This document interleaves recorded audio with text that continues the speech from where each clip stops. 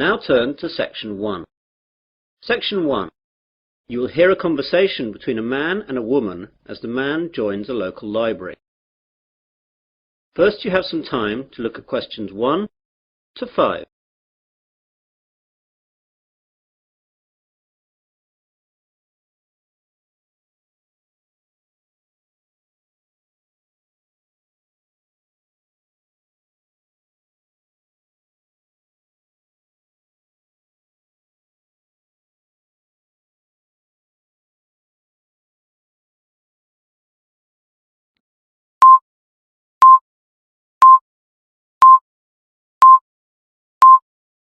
Listen carefully to the conversation and answer questions 1 to 5.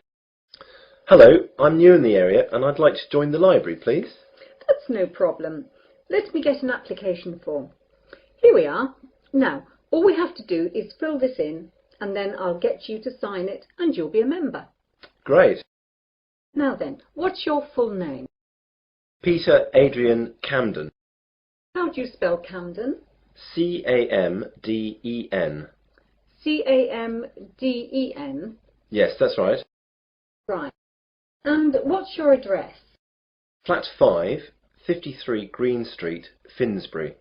OK, got that. That's near here, isn't it? Yes, just 5 minutes walk. What's the postcode? 7434. Got that now. Now, can you tell me your date of birth? 8th of July 1976.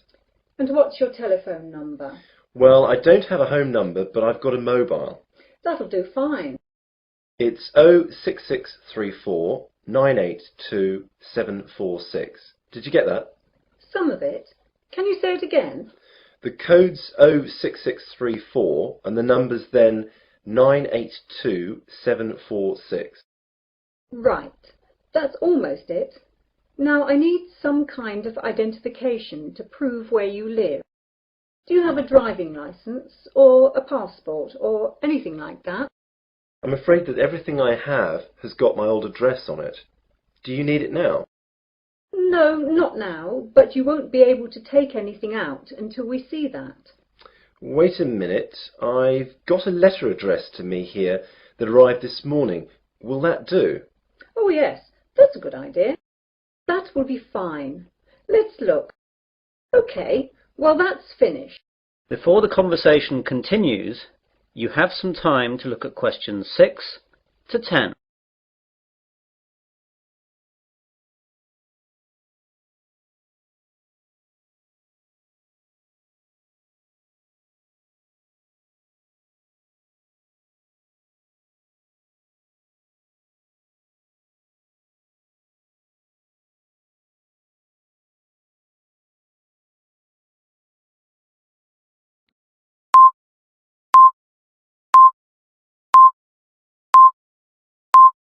Now listen carefully and answer questions 6 to 10.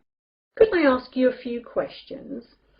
The council that runs the library is running a survey to find out what kind of books people prefer so that they can direct their buying.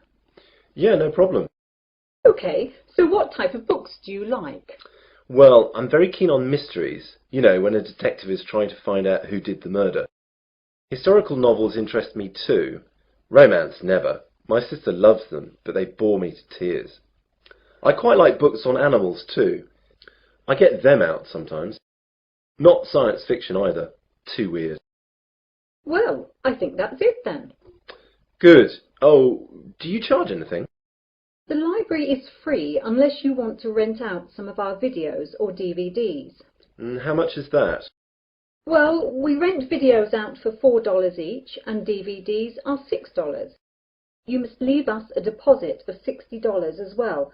That's returnable, of course. I don't think I'll get any of those just yet.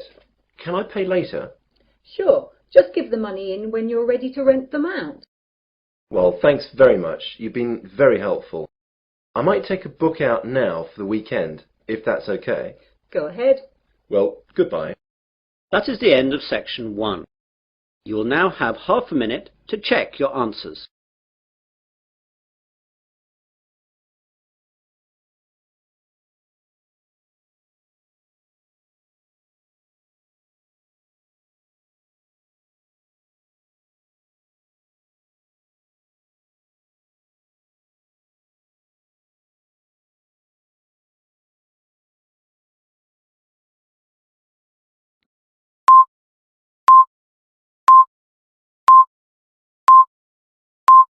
Now turn to Section 2. Section 2. You will hear a radio presenter interviewing a doctor. First you have some time to look at questions 11 to 14.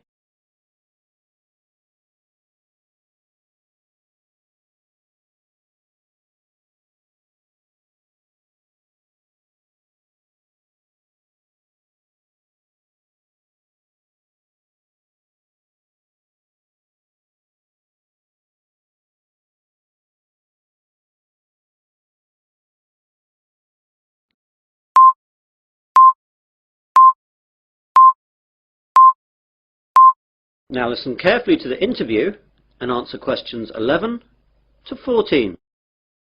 Hello everyone. I've just been joined in the studio by Dr. Matthew Johnson. Dr. Johnson works at the Wesley General Hospital and he's here today to tell us all about giving blood. Good morning, Matthew. Good morning. So Matthew, why is it important for us to give blood? Donating blood is not important. It's actually vital that people do this. Without donated blood, thousands of people would die every year, and it's something that could affect everyone. We all expect blood to be there for us, but barely a fraction of those who can give do. Yet, sooner or later, virtually all of us will face a time of great vulnerability in which we will need blood, and that time is all too often unexpected. The need for blood is great. On any given day, an average of 38,000 units of red blood cells are needed. Blood transfusions are often needed for victims of things such as accidents and burns, heart surgery, organ transplants, and patients receiving treatment for leukemia, cancer or other diseases. In 2002, nearly 29 million units of blood components were transfused, and with an ageing population and advances in medical treatments and procedures requiring blood transfusions, the demand for blood continues to increase. We really need that much? Yes, and we need it now. Blood supplies nationwide have reached critically low levels, with less than 1 day's supply of several blood types. Thousands of accident victims, cancer patients, premature babies, and countless others who need blood to stay alive are hoping you'll care enough to help them. All blood types are needed. You now have some time to look at questions 15 to 20.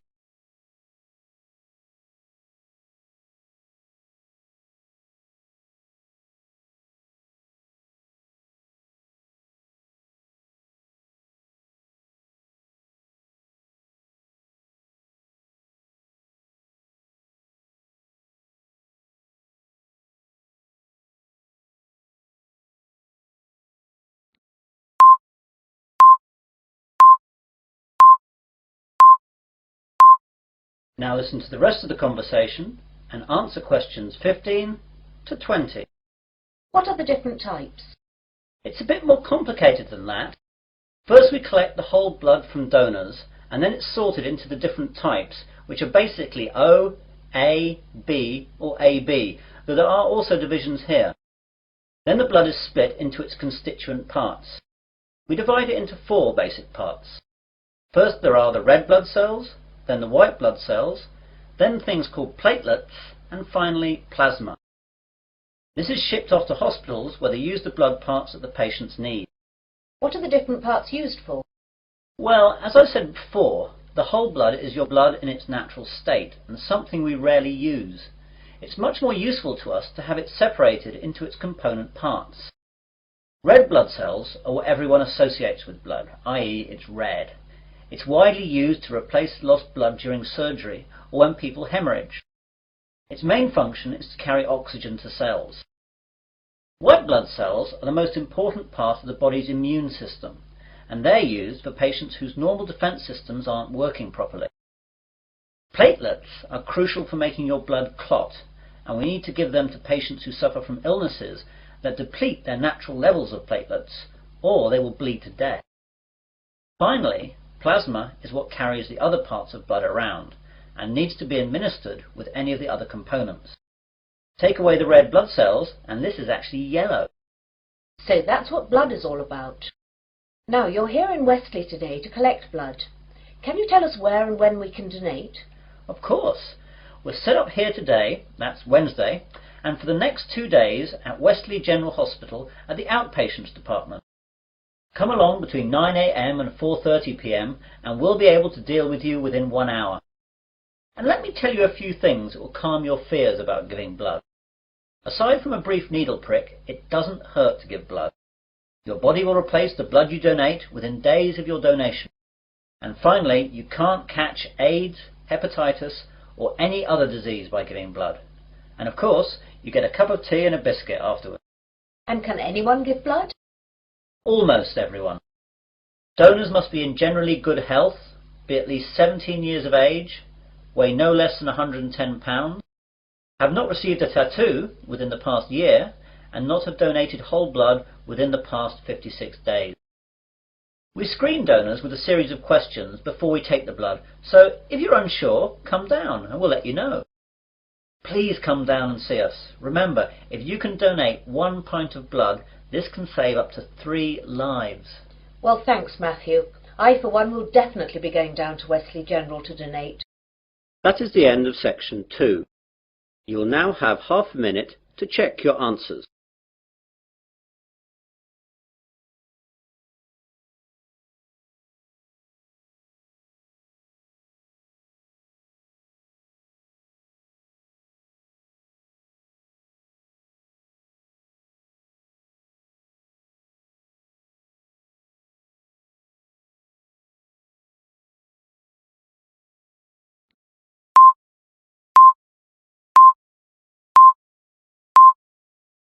Now turn to section 3. Section 3. You will hear a conversation between 3 people about use of university computers. First, you have some time to look at questions 21 to 27.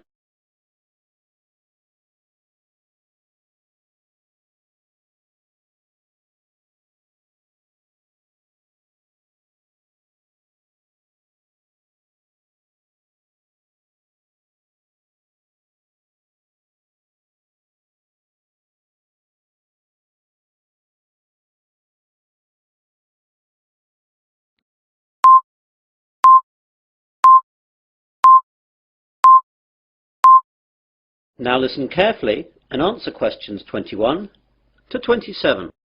Hello there, do you work in the computer room? Yes, I do. Can I help you? Well, I'm a first year and I know that I'll need to use the computer room for my work, as I don't have a computer of my own. So I thought I'd get down here and see what I have to do in order to get time on one of the university's computers. Okay, there are 4 computer labs open to undergraduates. The others can only be used by the staff and postgraduates. The names of the 4 labs you can use are Wimborne, Franklin, Salisbury and Court.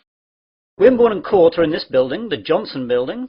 Franklin is in the Computer Sciences building, and Salisbury is in the library. So I can use them whenever I like? Well, you can use them, but not whenever you like.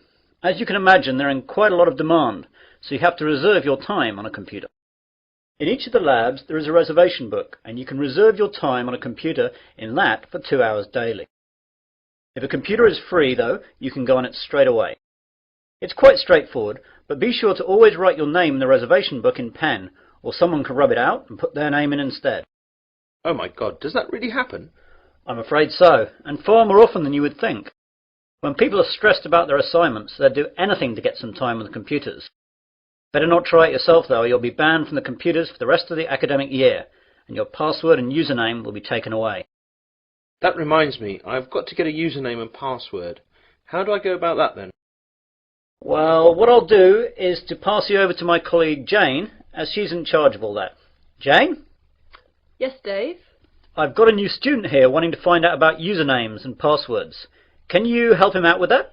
Yeah, sure. Hi there. Hi. Well, it's a straightforward process. First of all, tell me your name and I'll type it into the system. James Smith. Right, let me do that.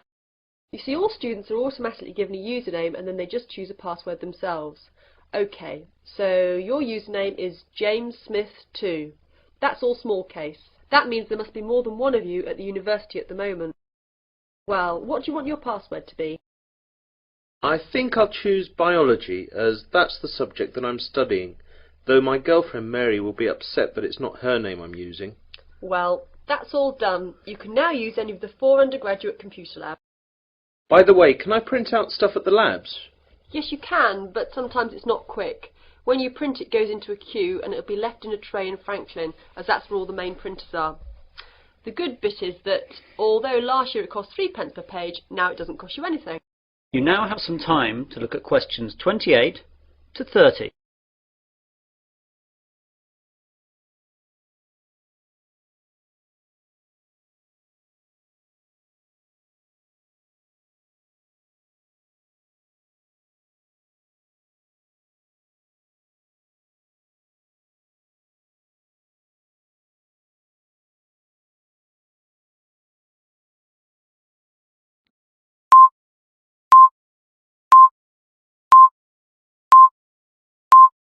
Now listen to the rest of the conversation and answer questions 28 to 30. I don't really know much about computing. Is there any training available? Yes, we have introductory courses for all new students.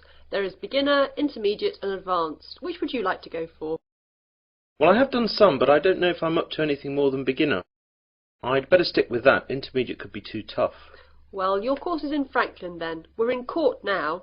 You know where that is? That's in this building too, isn't it? No, that's Wimborne you're thinking about. Franklin's over in the Computer Sciences building. Anything else? I don't know what time the course starts. Let's have a look then. Advanced starts at 4:30 in the afternoon on Mondays, but yours is the day after at 5 in the afternoon. Are there any other times, as I've got a part-time job then? Yes, you could try Thursday at 2 p.m. How's that? Even worse, as I've a tutorial then. Anything else? No, that's it. I'll have to rearrange work then. I can't miss the tutorial. That is the end of section 3. You will now have half a minute to check your answers.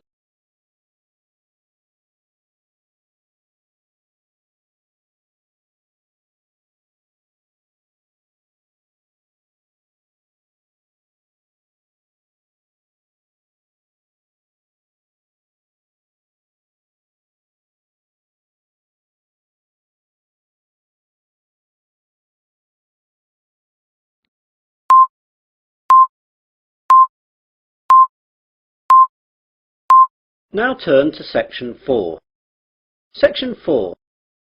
You will hear part of a university seminar given by a student. First you have some time to look at questions 31 to 40.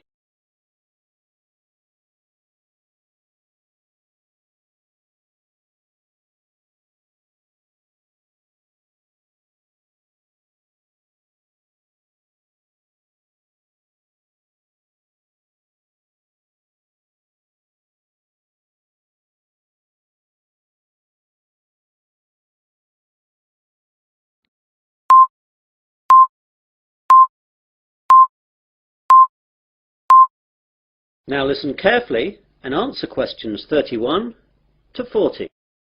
Good afternoon, everyone. In today's seminar, we're going to continue listening to different students giving us a presentation on the subject of their term paper. Now, today is Hillary's turn. So, what are you going to talk about today, Hillary? Well, some of you will know that I was brought up when I was young in Japan, and I'm going to do my term paper on Japan's bullet trains, which have revolutionized their rail industry. Japan's main island, Honshu, is covered by a network of high-speed train lines that connect Tokyo with most of the island's major cities and Fukuoka on the island of Kyushu. Japan's high-speed trains are called Shinkansen, but are known to us as bullet trains.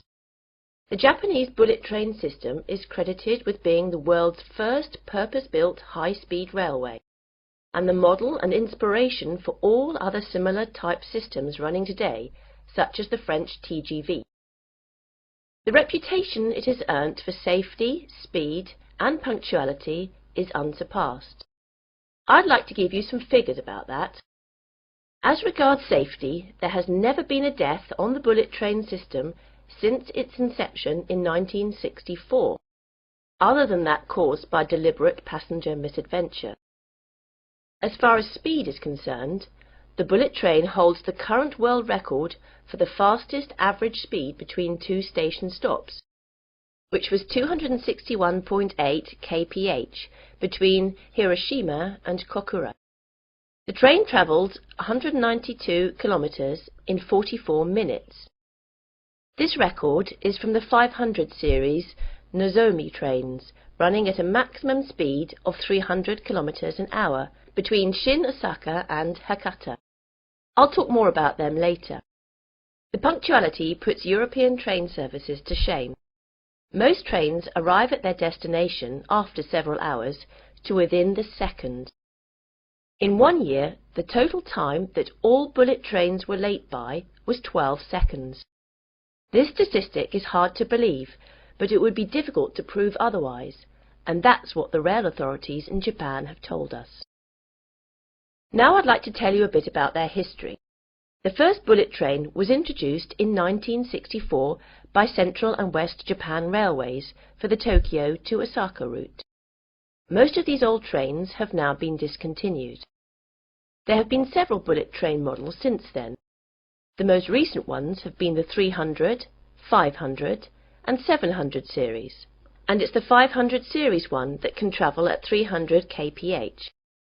The bullet trains operating in Japan today are of the three following categories: Nozomi, Hikari and Kodama. The Nozomi trains stop only at the most important stations and reach Osaka from Tokyo in only about 2.5 hours, and it's the most modern of bullet trains that serve as Nozomi. Hikari trains stop a little bit more frequently than Nozomi trains and need roughly 3 hours to reach Osaka from Tokyo. Kodama trains stop at all stations, and they are the local trains among bullet trains. Older models of bullet trains serve as Kodama. I'd like now to talk a little bit about the technology involved in bullet trains. The Shinkansen bullet trains consist of electrically powered cars. That means basically all individual cars are equipped with electric motor driving systems. This is in contrast to locomotive trains, in which the locomotive pulls the passenger coaches. The realization of the high-speed Shinkansen with the electric train system had a great significance. The French Train à grande vitesse, or TGV, runs on a centralized power system, in which the heavyweight, high-output locomotives at both ends pull the passenger coaches. It's a system suitable to European railways, which run basically on straight tracks in wide plains with solid foundations. However, it is unsuitable in Japan, where the ground is flimsy and the tracks full of curves and undulations, and intercity distances are short, making it necessary for the trains to accelerate and decelerate frequently. One of the advantages of the electric car system is that the motor functions as a brake to reduce the speed of the train. When the power feed to the electric car motors is stopped, the wheels continue revolving, keeping the motors rotating, resulting in electricity generation by magnetic induction. As the force acts in the direction opposite to the axle's motion, it functions as a brake to the train. All the motors equipped on each coach can be utilized effectively to reduce the speed, making the electric train system advantageous on Japanese railways, which involve frequent deceleration and acceleration. In addition, by virtue of the remarkable progress achieved recently in semiconductor technologies, the electric train system has undergone tremendous improvements in power, operability and safety administration, so the system is becoming increasingly advantageous. That is the end of section 4. You'll now have half a minute to check your answers.